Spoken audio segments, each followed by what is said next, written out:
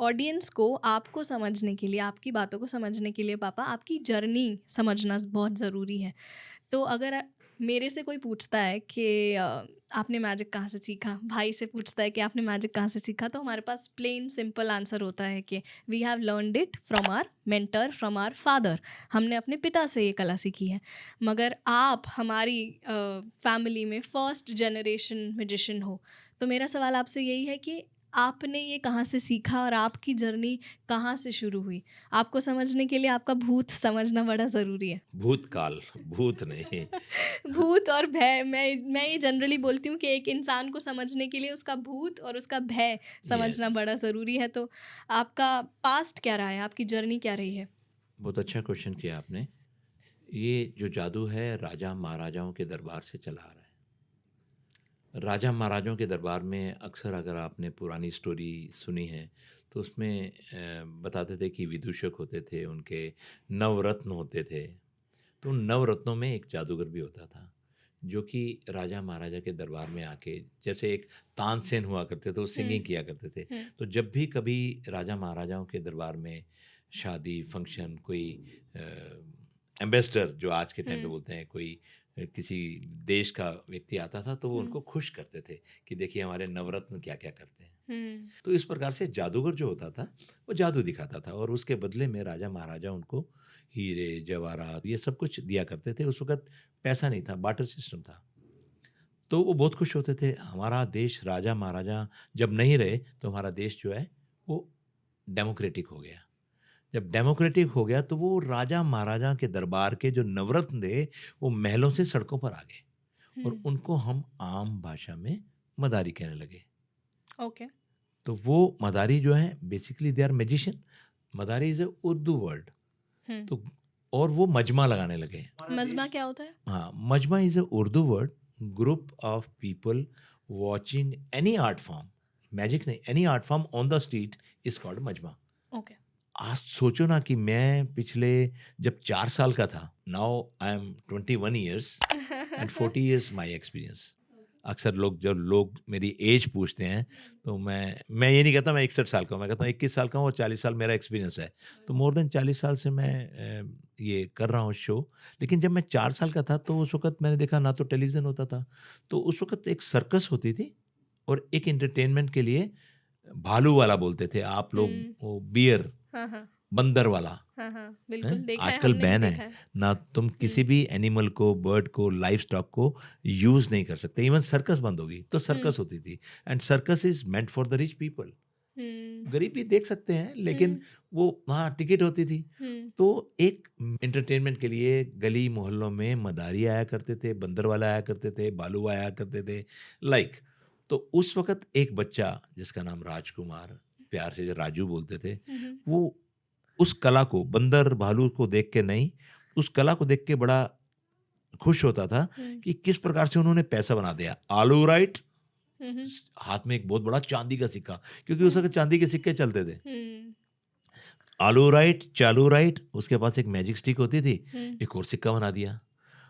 तो शुरू से ही मेरे को अट्रैक्शन हुआ, लेकिन वो एक स्कल लिया करते थे, खोपड़ी, हुँ, बंदे की ओरिजिनल खोपड़ी और हुँ, 2 हड्डियाँ। मैं समझता हूँ कि आज तो बंदा अरेस्ट हो जाएगा कि ये खोपड़ी कहाँ से लेके आया है। हुँ, तो युग बदलते गए, जादू का हुँ, स्वरूप बदल गया। हुँ, तो वो उसके साथ वो मैजिक दिखाया करते थे। पता नहीं क्या गॉड मास्टर प्लान था या फिर मैं समझदार था या चालाक था। धूर्त नहीं था, चालाक था, इंटेलिजेंट था। विटी। तो वो हुँ, कहते थे आटा लाओ, चावल लाओ, दाल लाओ, चीनी लाओ, घी लाओ। तो हुँ, लोग यथाशक्ति के अनुसार बच्चे जाते थे और घरवाले भी बड़े खुशी-खुशी देते थे, इसने मैजिक देखा है एंटरटेनमेंट की, इनको दे दो। अच्छा। तो ले आते थे। लेकिन सही में बताऊँ आँचल, हमारी पोज़ीशन बहुत ख़राब थी। मैं पहले भी कई बार अपनी फ़ैमिली में इसका ज़िक्र कर चुका हूँ कि खाने के लिए पैसे नहीं होते थे। डेली आटा खरीदते थे, कभी खाते थे, कभी नहीं खाते थे। तो मुझे तो मेरे माता-पिता कहाँ से देंगे आटा, दाल, चावल? हुँ, तो होता क्या था कि मैं एक-एक चम्मच कटोरी में चुरा-चुरा के, मुझे पता है 15 दिन बाद, 20 दिन बाद, 1 महीने के बाद कोई आएगा एंटरटेनर, भालू वाला, गदरा, हुँ, उसको देना है। तो ओह! एक-एक चम्मच भी, 1 मुट्ठी आटा निकालूँ तो पता चल जाएगा। तो मैं एक कटोरी ओह! निकाल के छुपा के रख देता था। तो इतना समझदार था। तो वो आता था, तो मैं उसको देता था, तो ये देने की भावना, give give give and forgive, तो देने की भावना मुझे बचपन से ही आ गई थी। फिर वन फाइन डे मैंने उसे कहा, जब मैं समझदार हो गया हूँगा, मुझे ऐसा याद नहीं है, थोड़ा और बड़ा हो गया हूँगा, तो वो मुझे पहचानने लगे कि और कोई आटा दाल चीनी चावल दे ना दे, ये व्यक्ति कुछ ना कुछ लाएगा, ये बच्चा कुछ ना कुछ लाएगा। तो मैंने कहा मुझे सीखना है। तो उसने मुझे कहा कि पहले चीनी लेके आओ। तो मैं अगली बार मैंने चीनी दी तो उन्होंने मुझे मैजिक नहीं सिखाया। तो मैं बहुत निराश हुआ, क्योंकि इतना बच्चा समझदार नहीं होता, मैं इमोशनल डिसबैलेंस हो गया, किसने सिखाया नहीं, चीनी ले गया। चीनी महंगी होती है, मुझे इतनी भी पता थी। तो मैंने अगली बार उसको कुछ नहीं दिया। तो उसने कहा बेटा वो लेके आओ। तो मैंने कहा नहीं लाऊंगा, तूने मैजिक नहीं सिखाया। तो कहा नहीं मैं सिखाऊंगा। मैंने कहा पहले सिखाओ फिर लेके आऊंगा। तो उसने मुझे कहा कि सबको जाने दो।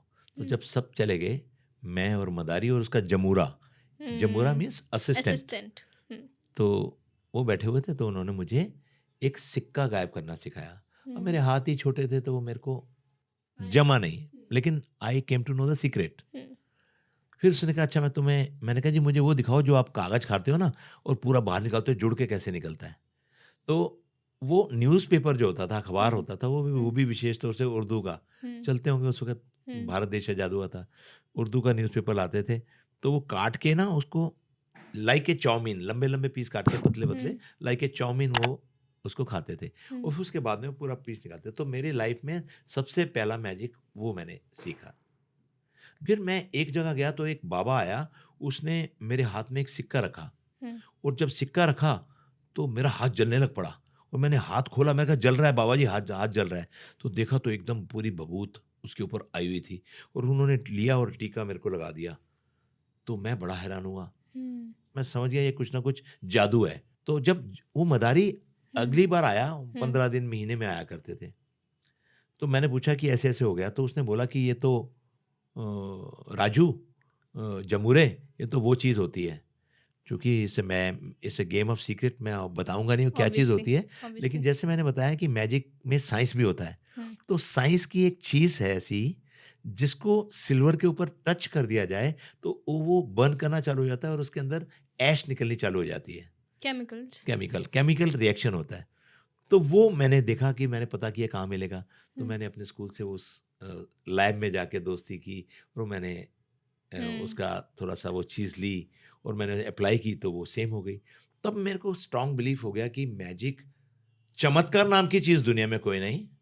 चमत्कार है हमारे ऋषि मुनियों के पास, चमत्कार है हमारे मेंटर के पास, लेकिन वो जो so called godman, so called तांत्रिक, जो हवा में से ड्राई फ्रूट पैदा करते हैं, हवा में से सोना पैदा करते हैं, हवा में से एन नंबर ऑफ चीज़ें पैदा करते हैं, वो चमत्कार नहीं है, वो एक हाथ की सफाई है। कोई लड्डू बना देना हाथ की सफाई है, वो प्रैक्टिस है, टेक्निक है। तो उसके ऊपर हमारे देश के एक जादूगर हैं, श्री अशोक भंडारी जी, उन्होंने दूरदर्शन में एक सीरियल भी बनाया, साधु बनाम ठगी। अच्छा। तो उन्होंने हवा में से लड्डू पैदा किया और ऐसे दिखाया, तो लोगों ने नतमस्तक हुए। फिर उन्होंने कपड़े उतारे, नहीं मैं साधु नहीं हूँ, मैं तो जादूगर हूँ, मैंने लड्डू बना सकता हूँ मैं। तो लोगों को विश्वास करना चाहिए, अंधविश्वास नहीं करना चाहिए। हमारे देश की ये कला है, और जो मैजिशियन है वो कभी किसी को ठगता नहीं है, लेकिन पांचों उंगलियां आंचल एक बराबर नहीं होती। मैं ये नहीं कहता सारे जादूगर एक तरफ हैं, मैं ये जानता हूँ कि हमारे देश के जादूगर भी कुछ जो ये तंत्र विद्या को अपनाते हैं, मैं उनके अगेंस्ट हूँ, और मैं कहता भी हूँ, पर्सनली भी कहता हूँ, ओपनली भी कई बार कहता हूँ कि ये आप लोग ठीक नहीं कर रहे हैं। तो किसी भी कला को यूज करना, कला का महत्व बढ़ाना है, किसी भी कला का दुरुपयोग करना, कोई भी मिसयूज करना, वो गलत बात है। तो मैं इस मिसयूज़ वाले पार्ट पे ज़रूर आऊँगी, बट शायद हम उस बात पे चल रहे थे कि तो आप बेसिकली आपने जादू मदारियों से सीखा। हाँ, जादूगर मैंने उन नवरत्नों से सीखा। ये बहुत खूबसूरत आपने बात बोली कि मैंने नवरत्नों से सीखा है, मदारी नहीं नवरत्नों से सीखा है। बट मेरा सवाल ये है आपसे कि मदारियों से सीख कर आपने इसको प्रोफेशन कैसे बनाया, आपने इसको करियर कैसे बनाया, वो भी उस ज़माने में 40-45 साल पहले, जब मैजिक को एंटरटेनमेंट की नज़रों से कम और काला जादू की नज़रों से ज़्यादा देखा जाता था, जब तंत्र मंत्र की नज़रों से देखा जाता तंत्र मंत्र की नज़रों से देखा जाता था। अभी तो हमारे पास प्लेटफॉर्म प्लेटफॉर्म है, अभी हमारे पास इंटरनेट है, इंडियाज़ गॉट टैलेंट है, टीवी शोज़ हैं जहाँ पे हमें एजुकेट किया जाता है, सबको मैजिक के बारे में सब कुछ पता है। बट उस समय पे मैजिक को अपनाना, पहला सवाल तो ये है कि आपने एक करियर कैसे बनाया, और जब आपने अपनाया मैजिक को, एक ऐसी कला को जो बहुत मिस्टिक मानी गई है, जिस पे सब डाउटफुल नज़रों से देखते हैं, तो आपके पेरेंट्स का, आपकी फैमिली का, आपकी जिस सोसाइटी में आप रहते थे, उनका क्या रिएक्शन था? और फिर दूसरा सवाल ये है कि आपने इसको करियर में कैसे बदला? कहते हैं कि आजकल जो आप यंगस्टर बुक्स पढ़ते हैं, पीएमए बुक्स पढ़ते हैं, और सीक्रेट, बड़ी सोच का बड़ा जादू, मुझे समझते हैं कि वो पहले भी थी, उनका नाम अलग थे। जो हमारे शास्त्रों में अगर आप गीता पढ़ लो या रामायण पढ़ लो या महाभारत पढ़ लो, आपको सारी चीज़ें, ये कंटेंट क्रक्स मिल से जाएंगे, मिलेगा। मिल जाएंगे। आप इंग्लिश में पढ़ते हो, हमने हिंदी या संस्कृत में पढ़े होंगे। तो कहते हैं किसी व्यक्ति के सबकॉन्शियस माइंड में अगर कोई चीज़ बैठ जाए और वो उसको पूरा करने के लिए इच्छा करने लग पड़े, तो कायनात उसका साथ देती है। तो उस बच्चे के माइंड में बैठ गया कि मुझे जादूगर ही बनना है। पता नहीं कब वो बीज बो गया, लेकिन जादूगर बनने के लिए ना तो कोई स्कूल होता था, ना कोई कॉलेज होता था। आज भी आपको कोई कला सीखनी है, डांस सीखना है, भरतनाट्यम सीखना है, कथक सीखना है, उड़ीसी नृत्य सीखना है, पंजाबी सीखना है, भांगड़ा सीखना है, गिद्दा सीखना है, शास्त्रीय संगीत सीखना है, मॉडर्न संगीत सीखना है, पॉप संगीत सीखना है, गिटार सीखना है, तो डिफरेंट संगीत की एकेडमीज़ हैं, पंजाबी एकेडमीज़ हैं, उर्दू विद्यालय हैं, सब कुछ सीख सकते हैं। तो हिंदुस्तान या इंटरनेशनल कोई भी आप कला सीखना चाहते हैं, कोई भी स्पोर्ट्स सीखना चाहते हैं, सब कुछ एकेडमीज़ आपको मिल जाएंगी। लेकिन अगर आप art of impossible, art of magic, ये सीखना चाहते हैं, तो कोई स्कूल, कोई कॉलेज, कोई संस्था नहीं होती थी। तो मेरे माइंड में आया, why not to teach magic. तो बेसिकली मैंने ये मदारियों से सीखा। Then I met across with so many magicians of Delhi.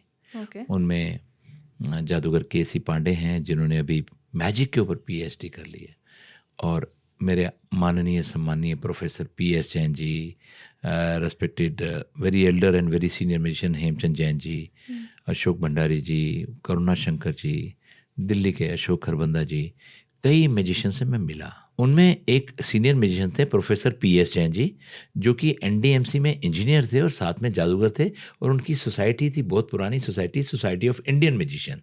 अच्छा। तो उन्होंने मुझे सबसे पहले ब्रेक दिया। मैं एक म्यूजिशियंस की मीटिंग में गया और मैं बड़ा अचंभित था, मैं सबसे जूनियर म्यूजिशियन था।